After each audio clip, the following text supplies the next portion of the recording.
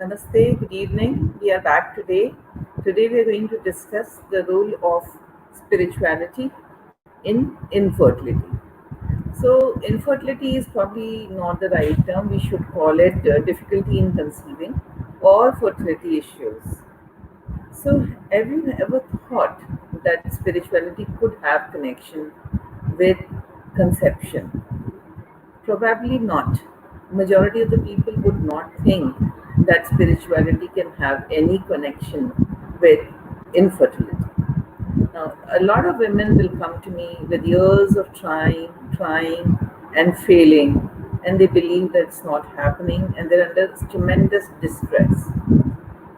The problem is with the modern lifestyle. Like we start our career very late, then we marry late, then we want the child bearing very late. A lot of women are already in their mid 30s when they want to plan their first pregnancy, which is very late. So, what is very important is marry on time, plan a baby on time. So, anyways, if you are delayed for some reasons, whatever happened, still, if you look into your spiritual well being, there is a possibility that you come out of it and you're going to have a very healthy baby. So, everybody feels that if they want the baby, it should happen now. Now, there's so many things we have achieved. We decided when to buy a car, we decided when to buy a house, we decided everything that this is my next target of employment, this is my next salary, and so on. Now, when it comes to baby, we want, okay, now this is the month, or this is the year, or this is the gender, and this is the time that I want. It doesn't work this way that when you decide to have a baby, it will happen. This is not in anybody's hands. So it is very important to leave it to nature, give it time, go slow, and remain spiritual throughout this. Now, it's not like you press a button and the baby delivers. No. So it's a whole process which goes very slowly. You prepare, you meditate, you relax, you believe that it will come, and it comes. Now, before you planning a baby, you have to ask certain questions. Why do you really want a baby? What kind of mother you want to be? What will happen if you have a baby? What will the obligations that you're going to complete? What will happen if you don't have a baby? And how you're going to fulfill your motherhood once you have a baby. So, what are your plans? I am coming to what are your plans once you have a baby? We all plan to have a baby, but nobody has a plan on what is to be done if they have a baby and how it goes. So you will say it's a very simple answer. Once it is born, I look after, I feed the baby, I make the baby grow, I teach the baby, I send the baby to school. But this is not the answer. The answer is something else. What is the moral responsibility? What is the spiritual care that you're going to give to your baby? What kind of sanskars? You'd see a lot of times, you see parents are very nice, well cultured, everything is good, and the children, they turn out to be real monsters, creating a lot of ruckus in parents' life. So each one of us would want to have a child who's disciplined, well behaved, good manners, who is doing good to society. Obviously, they should do good for themselves also, but they should be good to society. This is what each one of us wants. So it is very important to put all the things in perspective and decide how you want to go about. So ask yourself the questions: why do you want to be a mother? Just because the society wants you, or you really want to be a mother? What type of mother you want to be? Is your body healthy? So are you working towards a healthy body to carry a pregnancy for 9 months? Do you think you are fit enough to carry a pregnancy? Mentally, emotionally, physically? Are you preparing your body? What changes you're willing to do? if you get a baby. Now, do you understand what is fertility? So, infertility is difficulty in conceiving if you're trying for more than 1 year and you're living together. Uh, it's not that if one spouse is living in one city and the other is living in another city and they fail to conceive in 1 year, this is not infertility. If the woman is more than 35 years of age, then 6 months of trying, we call it infertility. Now, the copulation happens 3 times a week. Most of when I sit in my OPD, I realize that most of the women are copulating only 1 to 2 times in a month, and they try to download the ovulation calendar. They try to get their ovulation kits and try to time their relationship based on that. This doesn't work well. You have to be prepared, you have to go slow, you have to be regular, and everything has to be nurtured and done with love. It cannot be mechanical. So 50% of the infertility is because of the female factors. However, men are responsible for 50% of the cases. But the problem is, onus of pregnancy is on a female. As soon as they start trying or their family starts pressurizing, every month they receive a call. Did they get their periods? Are they having any symptoms? When they're trying to test, whether it has come positive, why they're not seeing a doctor, and so on. Now, this puts a lot of pressure. They do not give time, probably sometimes, to a bride. Sometimes these women are very young, so they are not given time. As soon as they get married in a month or two, they are brought in that why they're not conceiving. This is not the right thing to do. Give them time to settle, give them love, and even men should treat their wife with respect and love, and the pregnancy will happen. Now, why women fail to conceive? There could be factors related to female and male, but in 15 to 20% cases, the causes are not known to science. Now, these causes are something which are in the mind, they are not in the body. And it is very important to correct the body for better plantation of the seed. So, a pure soil is important for a healthy baby to grow.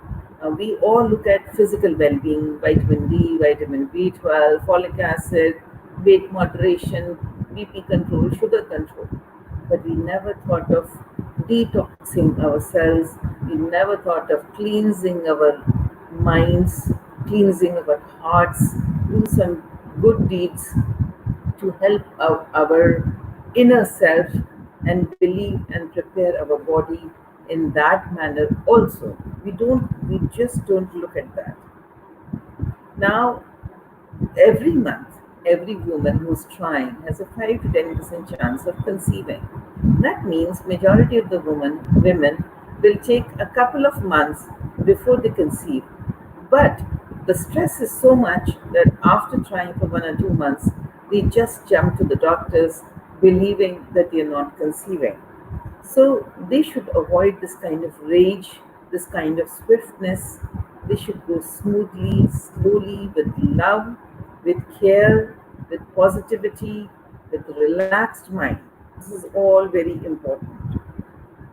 Now, if you have a very good seed and you have some soil you want to plant, if your soil is polluted, it is full of chemicals, it is dirty, you will plant the seed, it will not grow. Whatever water and fertilizer you give them, it will not grow. Other than on the other side, if you have a very pure soil, then if you have a seed of good quality, then the seed is likely to grow and turn into a beautiful plant. So it is important to cleanse the soil for a better growth of the seed. It is very important. Now, we all understood that we are polluted and we need improvement and we need healing. Now, this improvement and this healing is done at various levels. First, let's come to physical level. Excuse me.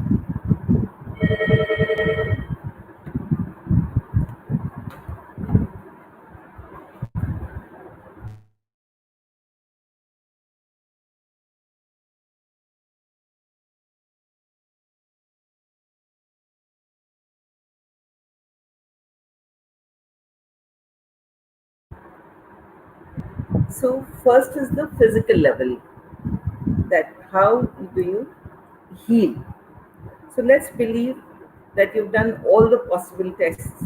You have done the hormones, you've done the tube test, you've done the hysteroscopy, laparoscopy, a follicular study, semen examination, postpartum test, you've done IUIs, and still you're not conceiving.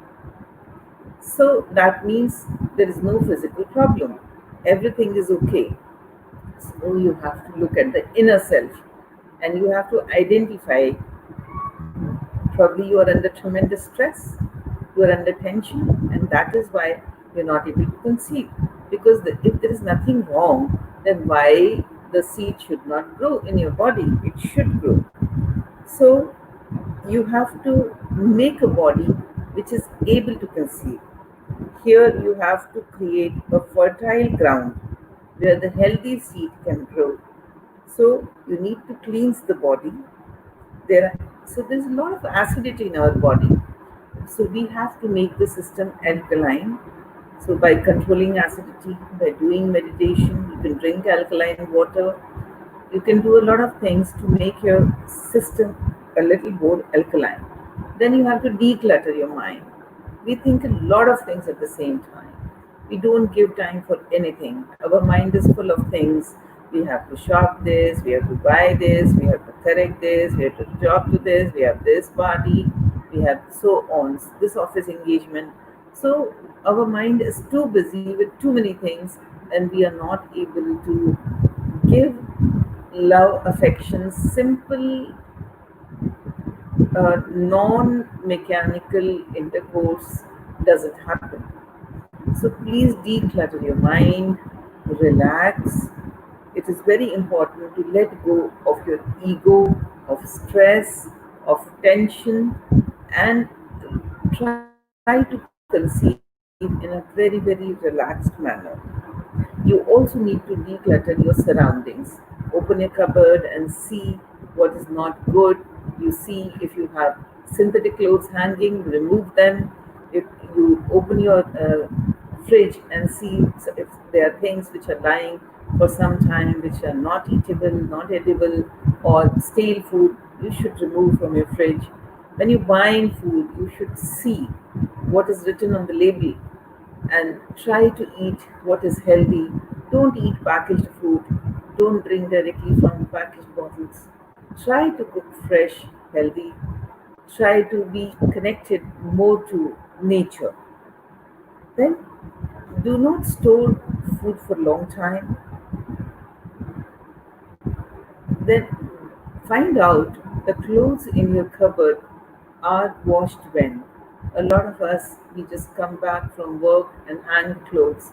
So these clothes will collect a lot of negativity over time. So ensure that after each wear, you wash them, you sun dry them, you iron them, and then you wear them again. Keep your clothes as fresh as possible. I'm not suggesting by spraying of perfume or using cotton softeners. I'm suggesting that washing, sun drying, ironing, and keeping them aerated, the cotton clothing will help improve your body system. So we talked about physical body. Now we're talking about energetic body. Now it's about vibrations in your body. So each cell, each living being, be it plants or human beings, each cell vibrates at a different frequency. And these vibrations make what you are, how you behave, how you feel. If the vibrations are good, you feel good, people around you feel a lot of positivity and energy. If the vibrations are not good, you feel sick, you feel tired, the people around you do not feel any kind of energy from you. So it is important to infuse positive vibration inside you. So for that you have to cleanse your mind, cleanse your body, relax completely, do things which can improve your connection with the earth. Take off the shoes, walk barefooted, go to the garden, go to the sand, go to the beach, wherever you can come into contact with Mother Earth, barefoot, sit on the ground with crossed legs, pray under a tree, and you will realize how much positive energy you have given. If you go through various studies, you realize below the earth there's a lot of habitat. This habitat has a lot of positive energy, and when you connect yourself with the earth sucks your negative energy and infuse a lot of positivity in you. Now, this doesn't happen over one day. It takes time. So we all understand that earth, water, sun, they supply us tremendous amount of vibrations and energy. But over time, we decided to apply sunscreens. We decided not to go out in the sun. We can't tolerate sun. We don't go barefooted. We have a fear of some stone or kante and not thorns. So you get so all this is we are very fearful and we just don't want to do it, or probably we don't believe in that. So all these kind of thoughts were instilled in our mind by Western culture that these things have no value. Interestingly, these people have taken a full U-turn, and now they are believing in yoga, meditation, telepathy, and everything. So whatever we de-learned over last couple of centuries, they are now learning from us and applying them, and at the same time, we are blindly following the English path of learning and teaching. So we must understand that we pick good points, we pick technology from them, but we also have to believe that our own ancient science and our own things and our own beliefs were very good. Like people used to, when they used to take bath, they used to pray to God and pour water with the name of God, and that is supposed to cleanse the body, and it's a fact. And nowadays what we do is we pour the water and we look at the bottles of shampoos and body washes, and we decide today jasmine, tomorrow lavender, and thirdly lime. So we are putting our mind into chemicals, but we are not thinking of God. We are not thinking that this pouring of water is actually purifying our body. So we have to purify our body by when we quote this thing, you should believe that it's purifying. It is purifying your heart, it's purifying your mind, it's purifying your brain, and it's purifying your body, and it's taking away the negativity that you had, and it is instilling the positive energy around you. Try to use good water to take baths. Then do you think you are using a lot of time, spending a lot of time on electronic devices? I think most of us are spending a lot of time in front of laptops because of the job profiles. But in even after the work hours are over, we're spending a lot of time on WhatsApp and Facebook, spending chatting with friends and family, and without realizing how much harm it is causing us. These days there is corona, but otherwise also we do not meet with friends and family and keep staying at home.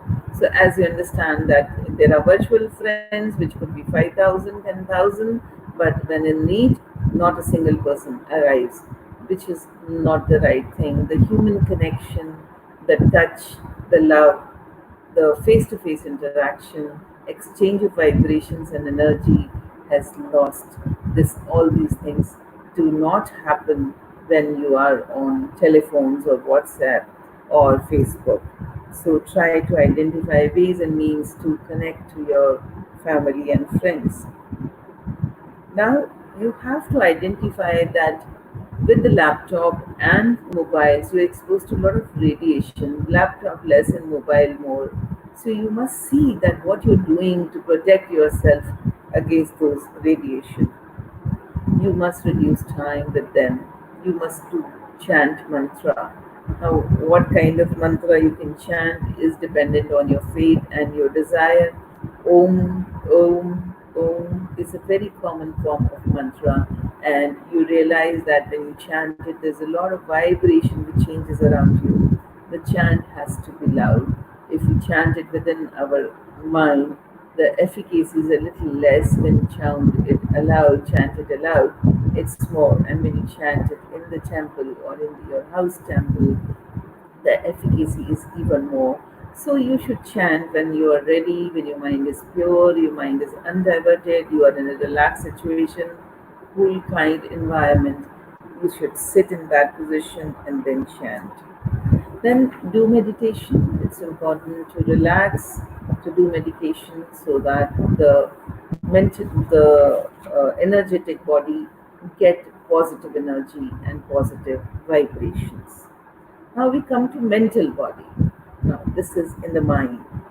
So we everybody has a different belief system, what is right and what is wrong. This is based on their culture and religion and a lot of things. So identify what is right, but don't limit your belief system. Don't limit to something which was taught. Remain open. Remain open to new learnings, new thoughts, and try to invite what if something new is good.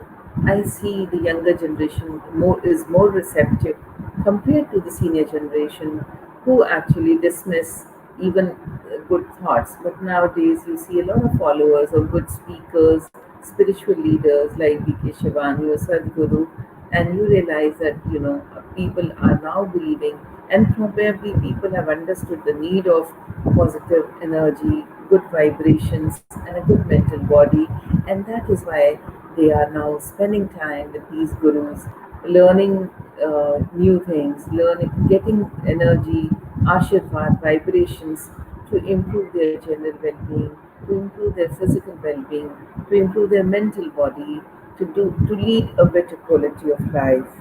So it is now the problem is with us is we think a lot. Now, earlier when we used to ask women how many children you want, they would say, God knows. I don't know. Whatever God gives, I will take. But nowadays, we all decide how many children we want, what gender we want, what time we want, how much difference is should be between the two. Now, these kind of plannings disturbs the nature. It affects the mind. It puts a lot of stress because when it doesn't happen based on your planning, you feel agitated, you feel irritated, you feel disturbed. So all this has to be left to the flow, to the nature, and this is going to happen. The more you relax, the more you believe in God, the more you lead it to spirituality, you will believe that things will come easy. It is something like if you chase the carrot, it runs away, you stop, and you'll find the carrot in your hand. You must take out time from a career. I understand that all of us are working towards wealth creation to lead a better quality of life. But in this run, we don't realize that we have missed the quality of life in the current scenario. We all get up probably 6 o'clock in the morning, rush, finish our job work till 9, leave for office, come back at 9 again, prepare dinner, eat something, and sleep by 12, and again the same cycle starts.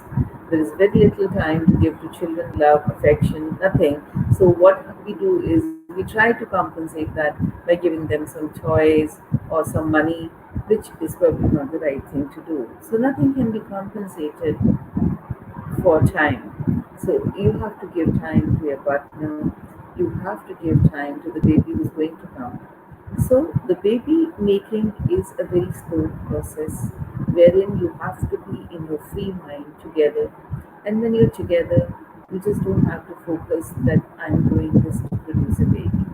Just relax and do things in a very, very natural way. So you must take out time from your career, from your family. You have to give time to the family, but people do a lot of things. Now this is my disco time, and this is my drinking time, and this is my this time, and this is my chatting time, my Zoom calls. After coming home, we are all busy with Zoom calls, 12 o'clock, 1 o'clock US time, that time. It puts so much of burden on the head that the body is not able to relax. The body is very mechanical. You feel exhausted. A lot of you young women complain that they are not able to sleep. There is no physical damage, just they are not able to sleep. Their brain is in hyper vibrating mode. This doesn't come to relaxed state ever. It's something like the day before you exam, the mind is hyper alert and you can't be relaxed.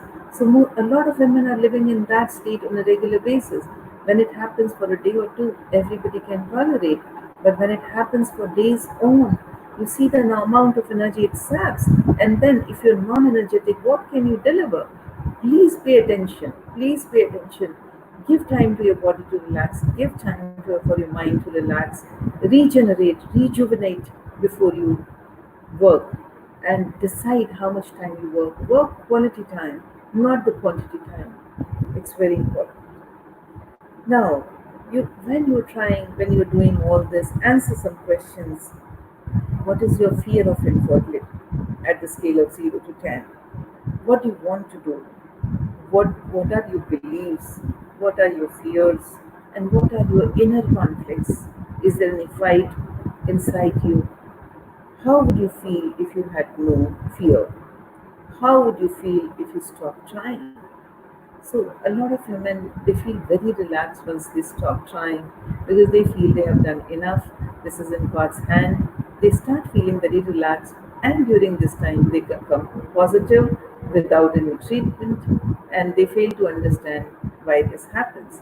Throughout the treatment, we keep on talking that relaxation is the key to conception, but very few of you would take that. You all start running, you start believing that the only way to conceive is to take medical treatment. But trust me, if there is a disease that should be treated, but if there is no disease, you must relax and try with love, with affection. Now, this intuitive body, each one of us has intuition about. Sometimes we have no facts in the mind, but still we have feeling that this is right, this is wrong, this is good for me, this is not good, this fruit is nice, this is not nice. When I come to this temple, I feel good. There's a lot of energy. If I go to that place, I don't feel good. I feel lot of negative energy. I feel sapped. So all this we have felt. If you increase your sensitivity and if you increase your sensation and you try to increase your intuitiveness, you will realize there are certain people you bond with them very fast, you love them, and as soon as they come into contact with you, your days feel elevated. On the other hand, there would be others whom who appear to be very good to you on face and you are friends with them, but it's very rare that after meeting them you feel energetic, you feel good, you feel happy from inside. So feeling happy from inside is something different than celebrating or having joyful times, having some drinks or some party. It's very different. You may not have eaten anything elaborate. You just had a cup of tea with your friend and you start feeling very good. Or you did not even have a cup of tea, you were having some heart to heart chat on the phone and you start feeling good. So it is very important to identify your intuitive body, to connect with the people who can elevate you, who can resonate with you, whom you believe are doing positive things to you, and remain connected to them. You should also believe that you should not fight the fear inside you. If you have fear, give it 10 minutes, 15 minutes, think about it, deal with it, and then park it. Don't fight it throughout the day. When you are fighting, when you're doing something, when you're doing something positive, always feel that behind your shoulder, your ancestor is standing. And this ancestor is giving you support, energy, thoughts, help. You're not alone. You may not be able to see them, but they are there. They are like angels around you, and they are helping you all throughout. So believe that your ancestors are behind you and they are engaging with you. They are giving you guidance. They are giving you energy. They are giving you love. If some of your family member was excluded from within the clan, you should identify what happened, what went wrong, if was there any problem with the family or with them. We should try to include them. We try to bring them with us so that the negativity goes out. Because anytime anybody from the family clan is outside, then there's a lot of negativity. So we have to be all together. If we have a full body part. If one finger is missing, the body doesn't feel good. So each one contributes equally to the body, and the body remains full when every single family member is united. If they are not, then we feel cut, we feel inadequate, we feel incomplete. How do you feel when you look at each other family members? You should also think how you felt when you were looking at your mother, and believe that your child will also feel like that looking at you. So these thoughts should come to your mind when you're trying for a baby. We should also try to identify if there are difficulties in conceiving by any member of the family, and then try to identify their circumstances. Then you should see that which ancestral relationship can help you realize your true power. So there would be, if you were very close to your mother and she's not there, then you try to connect with her and you realize that a lot of your agony, anguishes are gone. If you are connected to your dadi or your nani or even some male family members whom you trusted, you believed, you loved, you liked, whenever you're in trouble, remember them, ask them to guide you, and you will realize they will empower you with a lot of energy. You will see the true power in you when you remember them. In the spiritual body, once there is resolution of physical problem, then you need to focus inwards towards the gratefulness, the what God has given you, that you had another day, that you are better, that you are fed, that you have a roof, that you are sleeping well, that you have friends and family and food. So look at the positives in your life. Always say thanks to whatever is given, and hope that you are able to sustain and maintain it, and believe that if you get new things, you will be able to nurture them, give them time, and grow them. If we make a plan that we'll reproduce and hire a nanny and give the children to the nanny and go away to work, probably this is not the right thing to do. So, before conceiving itself, make up your mind that you're going to nurture your baby in whatever best way you can, by giving adequate time, by giving love. You will not bring your frustration or irritation of work home. So, all this has to be improved upon. So, you have to make yourself a beautiful, a lovely spiritual body before you conceive. So, my suggestion would be to work on these points and make yourself a very healthy mind and healthy body before you conceive. So, to summarize, I will talk about meditation.